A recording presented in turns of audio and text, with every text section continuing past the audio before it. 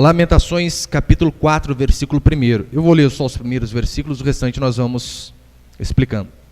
Diz assim a palavra do Senhor: como se escureceu o ouro, como se mudou o ouro refinado, como estão espalhadas as pedras do santuário pelas esquinas de todas as ruas. Os nobres filhos de Sião, comparáveis a puro ouro, como são agora reputados por objetos de barro, obras das mãos do oleiro. Aqui ele está fazendo uma antítese de propósito, né? Ele fala como era e fala como está agora. Versículo 3: até os chacais dão peito, dão de mamar a seus filhos, mas a filha do meu povo tornou-se cruel como os avestruzes do deserto. Até aí está bom, o restante eu vou explicando. Olha para cá agora, por favor. Como eu disse, essa é a 11ª pregação sobre o livro de Lamentações. Você deve se lembrar aqui do contexto de Lamentações que eu venho pregando nas últimas semanas.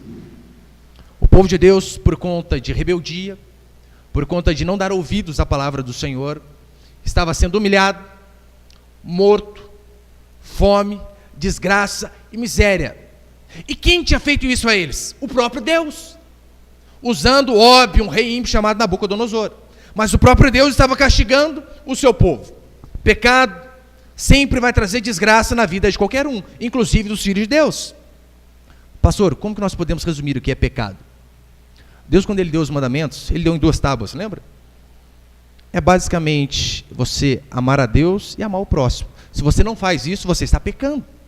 Porque, ora, se nós amamos a Deus, nós não vamos descumprir aqueles mandamentos que diz: não farás para ti imagem de escultura, não adorarás outros deuses. Por quê? Porque nós amamos o Senhor. E se nós também amamos o próximo, que esse é o resumo da lei, amar a Deus e amar o próximo. Se nós amamos o próximo, nós não vamos mentir para o próximo, assassinar o próximo, adulterar com o próximo. Não vamos fazer isso. É por isso que a lei se resume em amar a Deus e amar ao próximo. E Deus, ele é bem severo quando nós descumprimos os seus mandamentos. O que nós lemos aqui é um triste relato onde as pessoas que estavam morrendo à espada, não era tiro, não era espada, não tinha tiro antigamente. Você imagina, uma pessoa que toma um tiro hoje já deve ser dolorida, mas antigamente era a espada atravessando, a dor era muito pior. Jeremias diz que aqueles que morriam à espada eram muito mais felizes do que os outros. Pastor, mas como pode? A espada traspassando ele, eles ainda são mais felizes? Sim, porque os outros morriam de fome, por inanição, não tinham o que comer. Era o que estava acontecendo aqui, a ponto de mães, por conta da fome, comerem os seus próprios filhos. Canibalismo, literalmente, é o que estava acontecendo. Se tem um jeito que Deus pune a humanidade, é quando ele derrama a sua ira sobre nós. Só que você pode pensar assim: pastor, mas graças a Deus hoje não temos isso, né? Então Deus não está irado com a gente. Engano. Deus pode não estar punindo a humanidade dessa maneira, mas eu vou mostrar para você como que Deus está nos punindo, sim. Paulo diz em Romanos capítulo 1: a ira de Deus revela do céu contra toda impiedade e perversão dos homens que detêm a verdade pela injustiça. Ou seja, Deus derrama sua ira sobre quem? Sobre aqueles homens que sufocam a verdade. Eles sabem o que é correto, mas colocam a verdade para debaixo do tapete e amam a injustiça. Aí ele começa a descrever como que Deus pune o homem. Sabe qual é a maneira que Deus pune o homem? Não é apenas quando ele mata, mas quando ele deixa o ser humano viver a seu bel prazer. Quando ele solta o ser humano dizendo: olha, você quer viver sem eu? Viva a sua vida. Eu sei que a sociedade diz que, olha, isso é liberdade, mas não é. A Escritura depois vem dizendo, Romanos 1,18, que Deus os entregou às paixões infames, a ponto de se deitarem homem com homem, mulher com mulher. Eu sei que hoje em dia a comunidade LGBT encara como um avanço, como conquista, o casamento homoafetivo. Mas diante da Escritura é Deus derramando a sua ira sobre a humanidade. Nós vivemos num país onde candidata à presidência, que se diz evangélica, é a favor de plebiscito sobre o aborto. Vamos decidir, né? Se a maioria decidir que uma mãe pode matar uma criancinha em defesa, não tem problema. Você sabe, né? Marina Silva é o Pilatos moderno. Ela joga na mão do povo. O que o povo decidir, decidiu. Se alguém falar alguma coisa, deu errado. Não, foi vocês que decidiram, eu lavo as minhas mãos. Consegue ver a semelhança com Pilatos? Igualzinho. Ou seja, essa daí você já não vota nela. Não podemos. Onde pessoas são a favor da liberação das drogas. Olha, o dia que você for mãe e buscar um filho na Cracolândia, você vai ser totalmente contra a liberação das drogas, porque só quem passou por isso, que tem um parente, um conhecido, seja lá quem for, sabe o quão destrutivo são as drogas. Então é um absurdo. Só que, como alguns países vizinhos nossos, né, já liberou, a maconha é natural. As drogas levam a pessoa para o buraco. Sempre foi assim. E é assim que Deus está derramando a sua ira sobre o povo. Eles pensam, não, isso é liberdade. Hoje em dia, não precisa ter compromisso com o sexo oposto para se ter o prêmio da vida conjugal. Você consegue sem ser casado. E as pessoas pensam, isso aqui é liberdade. Mas não é Deus punindo o ser humano. E nós não conseguimos ver. Liberdade fora da vontade de Deus é sempre escravidão. O ser humano que pensa, não, agora eu sou livre, por quê? Porque eu não preciso mais me adequar a esse livro antigo, retrógrado, ultrapassado. Eu posso ver a minha vida. E eles pensam, isso é liberdade, mas não é, isso é escravidão. A única escravidão que realmente liberta, sabe qual é? É sermos escravos de Cristo, como diz Paulo. O dia que nós verdadeiramente fomos escravos de Cristo, daí verdadeiramente seremos livres. Se você ler toda a Escritura, isso você pode olhar ao seu redor. O pecado sempre levou o povo à desgraça, sempre levou o povo à miséria, sempre levou o povo ao sofrimento. Nós vemos aqui no versículo 6, você pode acompanhar comigo, Lamentações 4, 6, o povo perdeu a noção de santidade, olha o que diz. Porque maior é a maldade da filha do meu povo do que o pecado de Sodoma.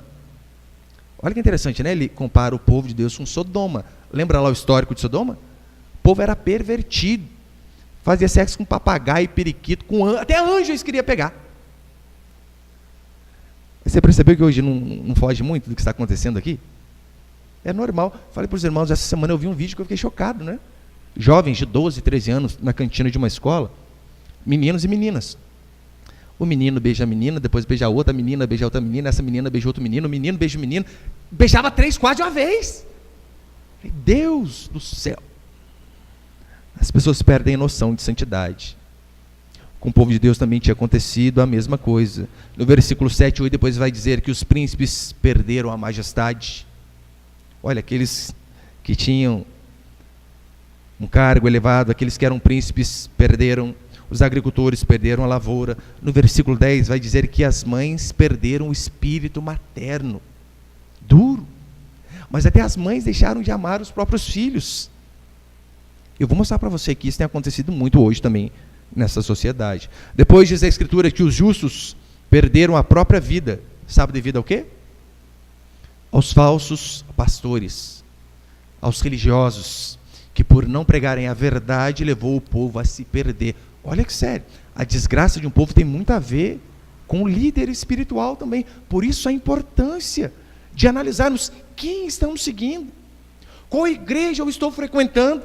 Precisamos analisar para quê? Para que nós não possamos ir para o buraco. Os religiosos, por sua vez, além de fazer o povo se perder, sabe o que eles fizeram? Fugiram. Leva o povo para a desgraça e vai embora. Que coisa, hein? Totalmente contemporâneo. Eu quero passar então alguns princípios hoje aqui. O primeiro princípio, põe lá. Do luxo ao lixo. É o que nós vemos aqui no versículo 1. Você pode acompanhar comigo? Lamentações, capítulo 4, versículo 1 e 2. Diz assim a Escritura. Como se escureceu o ouro, como se mudou o ouro refinado, como estão espalhadas as pedras do santuário pelas esquinas de todas as ruas, os nobres filhos de Sião, comparáveis ao ouro puro. Olha, primeiro diz, né, os filhos de Deus, os nobres, eram comparados ao ouro. Depois, olha a antítese, como são agora reputados por objetos de barro, sabe, né? Barro não tem valor. Obra das mãos do oleiro. Olhe para cá, por favor. É interessante que depois do versículo 5 vai dizer que eles comiam bem, não tinham mais o que comer. No versículo 7 que a sua formosura foi embora. E aqui é interessante que Jeremias ele cita os príncipes para mostrar que a consequência do pecado alcança a todos, sem exceção. Você pode ser príncipe, pode ser plebeu, pode ser rico, pode ser pobre, pode ser branco, pode ser negro, não importa. A consequência do pecado é sempre a mesma. E o que nós vemos na Escritura, desde Gênesis até Apocalipse, é que a repentina exaustão é repetido, que o pecado sempre alcança o pecador. Não adianta, você pode correr, pode se esconder, assim como Adão fez. Adão pecou, foi esconder de Deus atrás do arbusto. Absurdo, né? Os olhos do Senhor passam por toda a terra e Adão esconde dele atrás da árvore, da moita. Adão é um piadista, tinha que dar risada a cara dele, né? Só pode. Mas a Escritura repete exaustivamente que aqueles que vivem no pecado serão achados e sofrerão sérias punições. Era isso que estava acontecendo na época de Noé. Noé pregava, olha, vai vir um dilúvio, se arrependam, se arrependam. O povo não quis. O povo queria saber de festa. Comia, bebia, casava, se dava em casamento, que eu diz a Escritura. Quando de repente, bum, dilúvio. Mas não apenas esses pecados, não. A arrogância, o orgulho do ser humano também é punido por Deus. Diz a Escritura que Nabucodonosor, esse mesmo aqui, que foi usado para subjugar o povo de Deus, Deus usa ele para massacrar o seu próprio povo. Só que daí Nabucodonosor vai ganhando, batalha após batalha, reino após reino, e então ele conquista um grande império. Sabe o que ele diz? Ele olha para o império dele e diz, puxa vida, eu sou o cara. Olha quantas coisas eu conquistei. E diz a Escritura que logo após, o orgulho subiu ao coração dele. Depois ele passa a pastar como boi. Ou seja, é Deus punindo ele. Rapaz, tudo que você tem, foi eu que fiz. Você está se orgulhando do quê? Em relação a nós é a mesma coisa. Quantas vezes nós olhamos para a nossa família, puxa, que família, que filhos bonitos eu tenho, é com coisa que você que escolheu sair daquele jeito. Saudáveis, é você que escolhe. Mas às vezes nós olhamos para o império que nós conquistamos, às vezes durante anos de trabalho honesto, e pensamos, grandes coisas eu consegui, e nos esquecemos que todas essas coisas são provisões de Deus. É Deus nos dando saúde, capacidade, intelecto para conquistar as coisas. A queda de Israel foi efetuada por um governante. Um governante trouxe miséria para aquele povo. Para mostrar para mim e para você que assuntos relacionados à política são totalmente bíblicos também. Precisamos aprender. Eu sei que hoje em dia não é falado, né? Eles dizem, política e religião não se discute, mas como assim? Por conta de religião, pessoas vão para o inferno. Por conta de política, nós estamos vivendo num país miserável, onde pagamos 44% de imposto. Como assim não pode discutir? Não pode falar? Além do mais, a Escritura fala muito a respeito disso. Eu preguei 4 quartas-feiras aqui, você pode até pegar as pregações aqui depois, só sobre política, como deve ser o governo bíblico. A queda de Israel aqui foi efetuada por um governante, e é interessante que a Escritura diz assim, ore por aqueles que são investidos de autoridade. Sabe por quê? Sabe para quê? Para que vocês tenham dias de paz. Ou seja, a paz no nosso país depende muito daquele que está no governo, sim. Pastor, eu sou cristão, nada me atinge. Você paga quanto da gasolina? É 4 e cacetada também, não é? Ou você chega no posto e diz, não, eu sou crente. E daí? Qual o problema? Vai pagar caro do mesmo jeito. Como essas coisas não atingem a nós? É óbvio que atinge. Por isso devemos orar para que tenhamos bons governantes. Mas eles foram por conta de um governante, mas você sabia que a nossa destruição pode ser às vezes por coisa muito menor? Eu já vi pessoas que foram à falência, sabe por quê? Por conta de boatos, mentiras que se falaram a respeito dela. Eu vi uma vez uma entrevista, uma reportagem numa escola de Goiânia, e onde um professor foi acusado de pedofilia, escola privada, particular. No dia seguinte, todos os pais arrancaram seus filhos da escola. Sobrou ninguém, faliu. 1, 2 semanas depois, averiguaram e descobriram que era mentira. Já tinha falido a escola. Não se reergueu mais. Você percebeu? A nossa vida está à mercê, às vezes, de uma mentira dos outros. Pode acabar com a gente. Pode acabar com a gente. Recentemente tivemos um acidente aqui perto de nós, perto de onde eu morava. E um rapaz bateu um outro carro e tinha uma mãe e uma criança no carro. A criança ficou um tempo em estado vegetativo e depois morreu. E a mãe está em estado vegetativo, se eu não me engano, de cama até hoje. Ficaram durante meses dizendo, fulano lá foi que o responsável. Atropelou, arrebentou a traseira lá do carro. Ele fugiu até do país. Eu falo para você porque eu conheci, morava perto da minha casa. E então, depois de mais de um ano, a perícia chegou à conclusão de que a culpa não foi dele. A culpa foi da mulher que fez uma manobra errada, deu uma ré muito forte e ele não conseguiu parar. Mas a gente tivesse pegado ele. Mas eu vou dar um exemplo que aconteceu de fato, até morte por conta disso. No bairro da minha mãe, ela me dizia que uma menina, nóia de droga, querendo dinheiro de um rapaz lá, de um cara que mamava um pouquinho, né, tomava as pingas. O cara não quis dar dinheiro para ela. Sabe o que ela fez? Saiu falando para todo mundo que ele tinha estuprado ela. Sabe o que o povo fez? Desceu o cacete nele até morrer. Depois descobriu que era mentira da menina. Percebeu que a nossa vida, uma mentira, meu irmão, que alguém levanta a respeito de você, pode acabar com você. Pode acabar com o seu casamento, com seus filhos, com a sua vida. O que somos nós sem Deus? Não somos nada. Podemos ir do luxo ao lixo em questão de segundos por conta de capricho de uma pessoa. Olhe para João Batista. Por que João Batista perdeu a cabeça, meu Deus?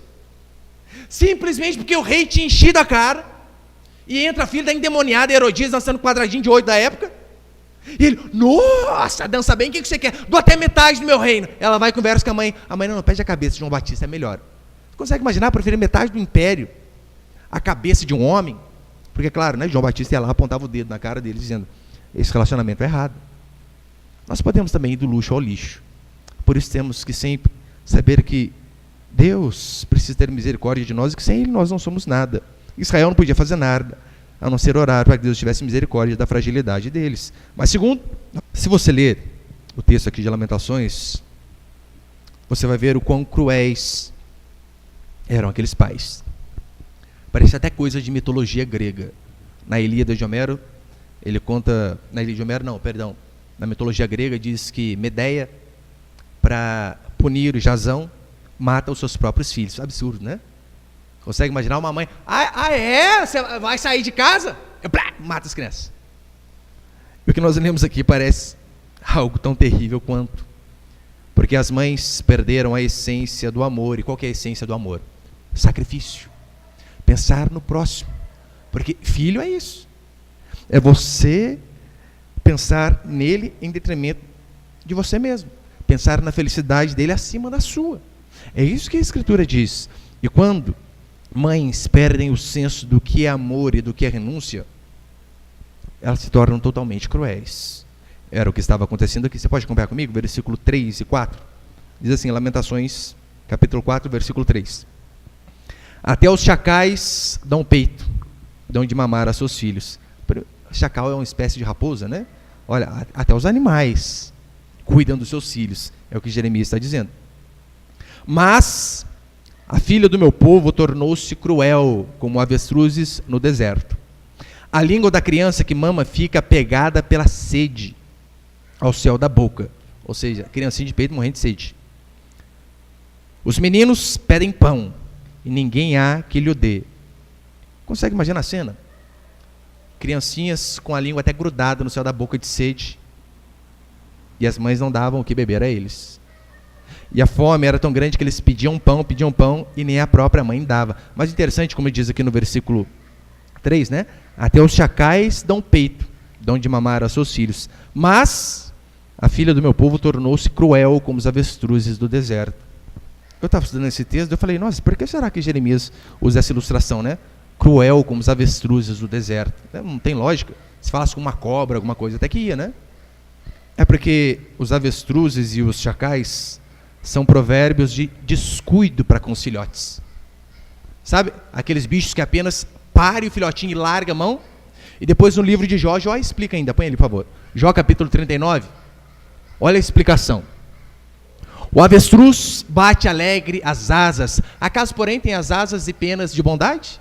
Ou seja, é um bicho bonzinho? Será o avestruz? Ele começa a explicar. Ele deixa os seus ovos na terra e os aquenta no pó. E se esquece de que algum pé pode esmagar ou de que podem pisá-los os animais do campo. Olha que bicho negligente. Ele põe o ovo lá, cobre e larga. Ele não se preocupa se pode vir alguém pisar, quebrar, matar o seu próprio filho. Apenas larga. Apenas pare. Continua. Trata com dureza os seus filhos como se não fossem seus, e por aí segue o texto. Então, Jeremias vem e diz que as mães do povo de Israel são piores que os avestruzes. É duro isso, mas é exatamente o que tem acontecido hoje em nossa nação. Onde mães são apenas parideiras, para não falar chocadeira, né? Óbvio, né? Só põe filho no mundo, não cuida, não gasta tempo. No versículo 10 diz que essas mães cozeram os seus próprios filhos. Pastor, isso aqui não acontece hoje. Sabe por que essas mães mataram os próprios filhos? Para suprir suas necessidades, porque é óbvio, né? Não tem comida, tem eu e tem você, vou comer você. Ou seja, para satisfazer as suas necessidades, matavam as crianças. Ainda que mães hoje em dia não façam isso de forma literal, mas você percebeu o tanto de mãe que segue esse exemplo aqui? que mata o filho deixando sozinho, para que possa conquistar dinheiro, fama, sucesso, status. Ainda que para isso tenha que abandonar a criança, ainda que para isso tenha que largar a criança. As mães hoje são tão cruéis quanto essas mães aqui, a ponto de abandonar os filhos, deixar os filhos com os outros, às vezes com ímpios, ou o dia inteiro na escola. Ah, pastor, escola em tempo integral. É uma praga. Porque escola em tempo integral, pais e mães nunca vão ficar com os filhos. Não vão. Agora, mães são cruéis porque elas fazem isso. Por conta de dinheiro, larga o filho com o outro. Não quer saber de cuidar. Eu sei que, é claro, não, uma coisa é a mãe solteira. A mãe solteira precisa trabalhar. Mas nada impede a mãe solteira de orar, para que Deus prepare um marido, para que o marido sustente a casa, para que ela então possa cuidar da criança. E é claro, estou dizendo criança, né? Se o filho é grande, não tem problema. Mas a mulher tem uma missão, diz a Escritura. A mulher, todavia, será preservada na missão de mãe. Precisa cuidar. Agora, quantas mães são tão cruéis a ponto de levar o menino para a escola, para a Babilônia, larga o menino, ou quando passa a van, né? Na hora que leva a criança, que alívio, aleluia, paz. Ana Maria Braga, vou assistir. Você percebeu quão cruéis são as mães? Para essas mães, sabe qual que é a pior época do ano? Férias escolares. O quê? 2 meses que eu tenho esses peixes aqui dentro de casa. Mas, meu Deus, por que teve? Ah, foi acidente. Acidente de coisa nenhuma. Você fez as coisas porque quis. Pode ter certeza. Então não é acidente de coisa nenhuma. Mas é claro, não são as mães, quantos pais gananciosos só pensam em enriquecer, em ganhar dinheiro, e usam a desculpa dizendo, mas eu estou pensando no futuro dessas crianças aqui. É mesmo, você está pensando tanto no futuro e no presente você não pensa. Você pensa tanto no amanhã e acaba deixando de dedicar o hoje para os seus filhos. Eu vou falar para você que tem um amigo meu da minha turma de sargento que ele disse para mim, olha, quando eu vim aqui para o curso de sargento, meu pai disse para mim, nossa, saindo de casa. Ele mesmo nunca parava. Sempre fazendo curso, sempre viajando. Eu via meu pai, às vezes, de 3 em 3 meses, de 2 em 2. E olha lá, um outro companheiro de trabalho falou que tomou um susto quando descobriu que a filha dele estava grávida. Já estava com uns 3, 4 meses. E, nossa, está grávida? Você vai de 15 em 15 dias ver a menina, você quer o quê? Você percebeu que às vezes nós somos cruéis também com os nossos filhos? Somos pacientes, cortês com os de fora, mas totalmente truculentos, impacientes com os de dentro. Qual que é o resultado? Jovens rebeldes. Uma geração perdida. Jovens que flertam o suicídio, que não quer saber de nada. Por quê? Porque pais largam seus filhos. Olha, se um pai leva o filho para a escola, você sabe, né? A escola é a exata descrição da Babilônia, aquele lugar é um inferno. Os mais antigos aqui sabem, na nossa época o negócio já era meio ruim, imagina agora, hein? Eu falo para você que eu converso com as pessoas, dizem, pastor, na minha escola lá tem gente que fuma maconha no banheiro no intervalo, normal. Aquele bequezinho lá, vem com o olho cheio, uma brasa, né? Daí o professor está explicando, o professor também é maconheiro, não adianta nada. Então fica os dois juntos. Mas daí, larga o filho na escola, e quando chega, não dá nenhuma provisão moral, não senta, não explica como aquele menino, como aquela menina deve enfrentar a vida. Por quê? Porque está cansado. Ora, mas você tinha que ter pensado nisso antes de ter filho, então. Ser pai, ser mãe é dar tempo. Agora, se você juntar essas duas coisas, né? Escola, privada ou pública, não faz diferença nenhuma. Escola, mas a omissão dos pais em relação à educação, em relação a ensinar a escritura, a ensinar o que é moral, o que é correto, o resultado quase sempre vai ser a desgraça dos filhos. Pode ter certeza. Eu falo para você que o irmão me dizia, olha, o conhecido meu lá adotou o menino. Primeiro, você sabe, né? Quando nós temos filhos biológicos, não escolhemos. Deus manda. Quando adotamos, a responsabilidade é maior, porque você escolhe. Adotou, cuidou do menino, e o menino só dá trabalho, perdido. E ele me dizia, nossa, mas o fulano vai à igreja. Eu falei, qual igreja? Na hora que ele falou o nome da igreja, eu falei, puxa, que igreja boa, cara. O pessoal lá é compromissado com a palavra de verdade. Mas como assim o menino está perdido? É porque às vezes a gente pensa que o simples fato de trazer o menino à igreja vai resolver os problemas.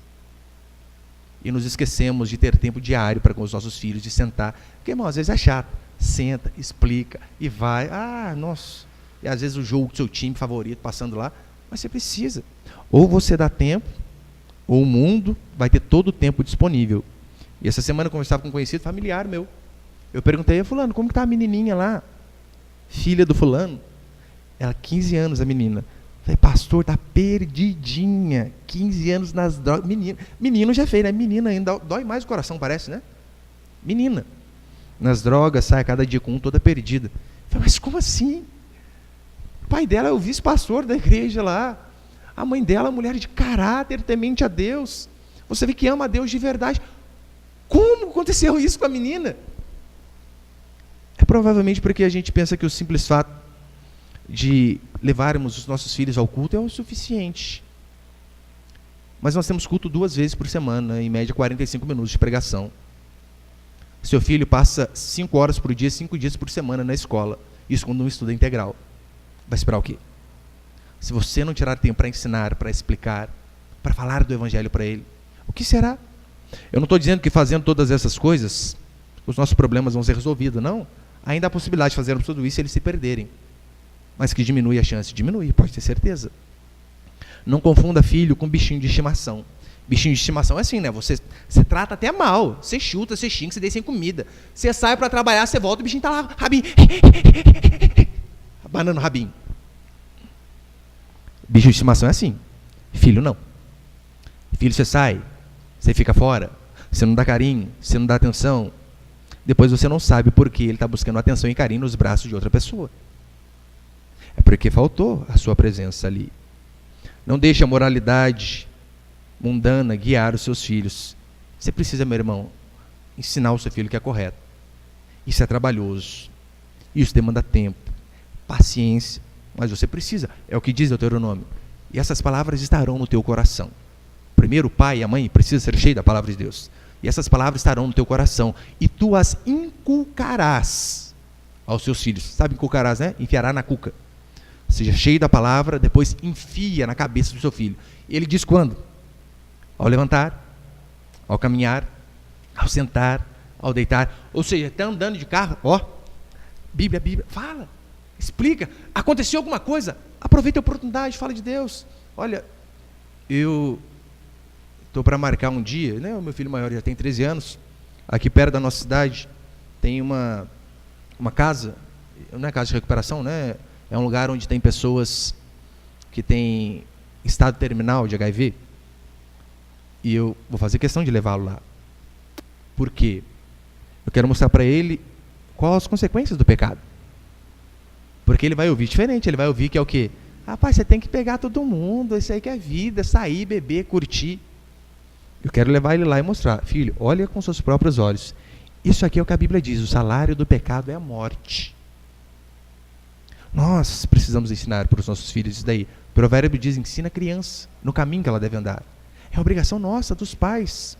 Do contrário, se você não se dispõe a ensinar todo dia, todo momento, toda hora oportuna, a palavra do Senhor para o seu filho e para a sua filha, você vai estar sendo mais cruel do que essas mães aqui. Sabe por quê?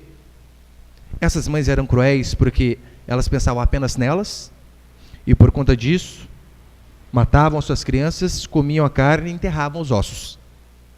É o máximo que elas podiam fazer. Se nós não pregarmos o evangelho para os nossos filhos, seremos mais cruéis, porque não só apenas veremos a morte física, mas também mandaremos a alma deles para o inferno. Por isso que seremos muito mais cruéis do que essas mães aqui. Terceiro, sofrimento intenso e destruição. Olha o que diz. Mais felizes foram as vítimas da espada do que as vítimas da fome, porque essas se definham, atingidas mortalmente pela falta do produto dos campos. Depois, no versículo 12, não creram os reis da terra, nem todos os moradores do mundo, que entrasse o adversário e o inimigo pelas portas de Jerusalém. O que ele está dizendo aqui é o seguinte, olha, o povo de Deus não acreditava que eles iam ser punidos, não. Eles diziam, mas que é isso? Nós somos crentes agora, rapaz. Nós somos filhos de Deus. Deus não pune a gente, não. Deus pune o ímpio, nós não. Eles tinham essa perspectiva, porque eles sabiam. Você já assistiu futebol? O Cristiano Ronaldo, às vezes ele faz gol, né? Ele pula. Eu tô aqui. Mostrando, o time vai ganhar, por quê? Porque eu tô aqui, rapaz. O povo de Deus não tinha um Cristiano Ronaldo, não. Eles tinham um Deus. A Arca da Aliança ficava ali. A Arca da Aliança, aquele móvel que representava a presença de Deus. Então eles diziam, Deus está aqui, rapaz. Vai acontecer nada de mal com a gente, não. Mas justamente naquele lugar, A espada trouxe mais felicidade do que aqueles que morriam por inanição, que morriam de fome. Por quê? Porque quem mais é dado, mais é cobrado. Em Apocalipse diz algo semelhante, né? Que as pessoas vão tentar morrer e a morte vai fugir delas. Algo terrível. Sodoma foi destruída num instante. O povo de Deus aqui foi destruído à prestação, aos poucos, para ser mais dolorido, para ser mais sofrido. É igual cartão de crédito. As pessoas às vezes pensam o seguinte: olha, vai comprar tal coisa, passa o cartão. Porque você sabe, né? O cartão engana a gente. Porque você compra as coisas e não gasta dinheiro, a princípio, né? Uma vez eu vi uma pesquisa dizendo isso daí, né? Porque imagina, você vai comprar uma televisão, coloca aí R$1.000. Meu irmão, você dá 20 notas de 50 a mais, dói até o coração, não dói? Quase chora. Daí você passa lá e sai com uma baita de uma TV. Você sai até pensando, rapaz, enganei o vendedor, cara. Meu Deus, eu não tenho um centavo, estou levando a TV para casa. Só que você se esquece que a fatura vai chegar. Uma vez uma irmã disse para mim, pastor, eu precisava de oração. Falei, para quê, irmã? Para que a minha fatura não chegue esse mês. Falei, irmã, não tem como. Você gastou, vai ter que pagar a hora. Esse tipo de oração aí Deus não vai entender, não. Mas perceba que muitos fazem assim com a vida. Eles pensam que tudo é no cartão de crédito, né? Não pagam na hora e pensam que Deus esquece. Só que assim como o cartão, por mais que possa atrasar algum mês, a fatura sempre vem. Na nossa vida também. A fatura dos nossos pecados sempre chega. Ainda que às vezes pareça que demore. Você está lá, fazendo errado. E você olha, não está acontecendo nada. Opa, acho que Deus esqueceu de mim aqui, rapaz. Ou eu sou bom demais, né, que Deus perdoa até esses pecadinhos meus, que eu não preciso mudar, não. Você se esquece que essa fatura um dia vai chegar. Um dia, a fatura da falta de um devocional vai chegar à sua vida. Porque dificuldades vêm sobre todos. Daí você não tem o hábito de ler a Escritura, de se alimentar da palavra de Deus, de orar constantemente. No dia da dificuldade, você vai ver a falta que isso vai fazer. Se você cria os filhos de qualquer jeito, não dá tempo, não dá atenção, não repreende. Eu sei que muitos nem gostam. Pastor, repreender criança. É o que diz a Escritura. Fustigarás as crianças com vara. Não morrerás e livrará a alma dela do inferno. Você sabe, né? Fustigar não é só bater, não. É chorar a vara, moleque. Só que não pode matar, né? Não morrerás. Livrarás a sua alma do inferno. Daí você cria os filhos de qualquer jeito. Nunca repreende. Acha que seu menino é um anjo. Daí depois o menino cresce revoltado. Não obedece ninguém. Por quê? Porque não tinha um pulso firme dentro de casa que colocava limites. Não tinha um pulso firme dentro de casa que falava, isso aqui não. Olha, eu tenho 3 meninos, né? Menorzinho não conta muito ainda. Mas eu já falei para os 2. Brigou, apanha os 2. Que história que é de irmão brigar? Ah, pai, ele fez primeiro. Apanha e fala para mim, que depois ele vai apanhar de mim também. Revidou, apanha os 2. Porque um dia se, meu Deus do céu, se a gente não consegue controlar a paz entre os nossos filhos, vamos fazer o quê? Agora, se nós somos negligentes, pode ter certeza, a fatura uma hora também vai chegar, com certeza. Quarto princípio, os profetas e a desgraça do povo. Versículo 13, já estou encerrando, olha, por favor, o que diz? Foi por causa dos pecados dos seus profetas, das maldades dos seus sacerdotes, que se derramou no meio dela o sangue dos justos. Calma aí, por que tinha um monte de gente morrendo? Porque os profetas pecaram. Os porta-vozes de Deus ali no caso, não é? Eles pecaram. E por conta disso, pessoas morreram. O povo acreditava que Israel nunca ia ser invadida, né? Não vamos ser invadida. Foi. E é comum você olhar na Escritura que muita da desgraça do povo, sabe, tem a ver com o quê? Com a liderança. Por que morreu milhares de pessoas quando Moisés subiu ao monte para receber os mandamentos? Porque diz a Escritura, Arão deixara o povo à solta. Por conta de um homem que não foi firme. Porque o povo diz, não, Moisés não volta mais, vamos fazer bezerro de ouro aqui. E em vez de ser firme, não vai fazer coisa nenhuma. Vamos adorar o Deus verdadeiro, esses não são deuses. Arão não foi firme, por conta disso morreram milhares de pessoas. Por conta do pecado, do sacerdote, do responsável. Em Lamentações, capítulo 2, versículo 4, a Escritura diz assim, Jeremias dizendo, né, nesse mesmo contexto aqui, Os teus profetas te anunciam visões falsas e absurdas e não manifestam a tua maldade para restaurarem a tua sorte, mas te anunciam visões de sentenças falsas que te levaram para o cativeiro. O que Jeremias está dizendo é o seguinte: olha, esses aí são falsos pastores. Por quê? Porque eles nunca pregam a respeito do seu pecado. Não pregam. E por conta disso, eles vão levar vocês para o cativeiro. A culpa é deles. É claro, culpa do povo também, que não se arrependeu. Mas olha a culpa do falso pastor, por conta de não manifestar a maldade do povo. Por que tem que falar sobre o pecado? Para restaurar a tua sorte. Agora tem lugares que você vai que, eu não sei, eles pregam de tudo, menos contra o pecado. Não sei qual Bíblia que leem, meu Deus do céu. É a mulher do fluxo de sangue, você vai conseguir tudo. É outra coisa, vai dar tudo certo. Você está ali, você tem... Uma vez a mulher dizia para mim: pastor, Deus não gosta de adultério, não é? Então, mas eu estou errado nisso, mas também eu estou traindo o outro já. Mas para Deus é a mesma coisa, não é uma traição só, né? Irmã, você está de brincadeira com minha cara, né? Está de brincadeira. Mas aí, uma pessoa dessa vai num lugar e nunca é confrontada. Daí pensa assim, você percebeu? Daí ela vem no culto e sai bem consigo mesma. Maravilha. Daí ainda sai cantando aquela cançãozinha lá, né? Você é raridade. É nada, você vai para o inferno se não se arrepender. Mas aí nunca houve repreensão. Em Provérbios, capítulo 29, diz assim: não havendo profecia, o povo se corrompe. Ou seja, não havendo quem se possa de maneira firme e fale da parte de Deus, o povo vai se corromper. Depois ainda diz: não havendo sábia direção, cai o povo. Ou seja, é necessário você não apenas frequentar um lugar onde tenha pessoas honestas. Por isso você tem que analisar a vida do seu pastor, a vida dele, da esposa dele, dos filhos dele. Você não pode seguir qualquer um, não. Eu falo isso em relação a mim. Você tem que averiguar a vida aí, meu irmão. Quer saber como que eu sou? Nada melhor que perguntar para minha esposa, para os meninos. Só isso. Daí você está lá, nossa, mas o pastor é tão gente boa, gente. Puxa, o pastor toma café lá em casa. O pastor coloca umas piadinhas no grupo. Ô, pastor joia, hein? Aí só não prega muita palavra, né? Ah, mas o resto é gente boa. Como assim? É só isso que ele não faz, só não prega o evangelho. O resto é joia. Não, está no lugar errado. Procura outro lugar. A Bíblia diz que quando não há direção, o povo se corrompe, o povo cai. Sabe um dos motivos que perseguiram Jeremias? Que queriam matar ele? Porque ele de fato pregava o evangelho verdadeiro. Jeremias capítulo 26, o profeta diz assim: então os sacerdotes e os profetas falaram aos príncipes e a todo o povo, dizendo: este homem, Jeremias, este homem é réu de morte, porque profetizou contra essa cidade. Não, já se viu, Jeremias está falando mal de nós. Jeremias está falando que se a gente não se arrepender, Deus vai arrebentar com a gente. E olha o que eles disseram: este homem é réu de morte, porque profetizou contra essa cidade, como ouviste os vossos próprios ouvidos.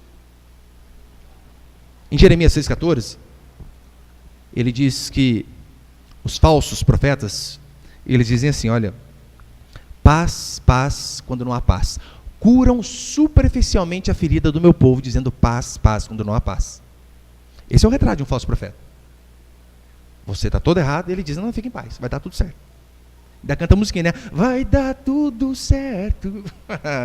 Vai dar tudo certo, você vai para o inferno se não se arrepender. É isso que vai dizer a Escritura. Só que esses falsos profetizavam isso. Sempre paz, independente de como as pessoas estavam. Eles falavam que o povo queria ouvir. O falso profeta, ele não é apenas aquele que profetiza em nome de Baal, mas é aquele que em nome de Deus fala apenas coisas que massageiam o seu ego, que deixam você bem com você mesmo. Tanto é que os falsos profetas aqui, sabe o que eles fizeram? Eles disseram: não, o cativeiro vai durar apenas 2 anos. Sabe quantos anos durou? Jeremias disse o correto: 70 anos vai durar. E o homem de Deus está falando a verdade. Por conta do pecado, eles foram escravos 70 anos. A pregação de Jeremias era essencialmente negativa. Ele dizia: todos os profetas profetizaram guerra, mal e peste. Agora esses aí estão pregando apenas coisas boas. Eles não são de Deus. Eu não estou dizendo que nós não pregamos coisas boas, é óbvio, né? A Escritura diz isso também. Mas em suma, o Evangelho, boa notícia, qual que é a boa notícia? Você está perdido. Mas se você se arrepender do seu pecado, há jeito para você. Os falsos profetas aqui foram tratados até como leprosos, como imundos. E o resumo é que aqueles que dão ouvido a falsos homens de Deus vão colher sérias consequências. E aqueles que não dão ouvido aos verdadeiros também sofrerão. Portanto, só temos uma opção: ouvir homens que falam verdadeiramente da parte de Deus. E como você vai saber? se, por exemplo, se o que eu estou falando é de Deus ou não. Ora, leia a Escritura. Confira na sua casa. Tire as suas dúvidas. É assim que nós vamos fazer. E quinto e último princípio para encerrar. Quinto e último princípio, a misericórdia divina aos que se arrependem. Você sabe, o retrato aqui do contexto de Judá era desgraça, devastação, mas eles ainda tinham uma esperança, porque eles sabiam, essa devastação um dia vai ter fim. Isso aqui vai passar. Por que eles acreditavam? Porque eles sabiam o Deus a que eles serviam. Eles sabiam, sim, Deus é justo, implacável para com o pecador, mas também misericordioso para com o pecador arrependido. Tanto é que no capítulo 3 ele diz, né? Devemos trazer à memória aquilo que nos dá esperança. E ele diz o que dá esperança. Ele diz, as misericórdias do Senhor são a causa de não sermos consumidos, porque as suas misericórdias não têm fim, renovam-se cada manhã. Ou seja, ele sabe, olha, sim, nós estamos errados, mas Deus é misericordioso. Se houver arrependimento, também haverá perdão da parte de Deus. É o que diz em Jeremias, em Lamentações capítulo 3. O Senhor não rejeitará para sempre, pois ainda que entristeça alguém, usará de compaixão segundo a grandeza das suas misericórdias. Ou seja, por que o Senhor tem nos rejeitado? É porque nós temos fugido dele. É porque nós estamos em desobediência. Por conta disso, mas se houver um coração arrependido, pode ter certeza que o Senhor sempre vai agir em favor da minha e da sua vida. O problema é que eu e você sempre temos uma atitude, em primeiro lugar, de resistência, de orgulho. Não nos dobramos diante de Deus, né, de primeira, mas às vezes esperamos as coisas ficarem bem ruins, porque o orgulho nos leva sempre à derrota. Daí a gente espera o casamento a quase por um fio ou acabar, para lembrar de buscar Deus.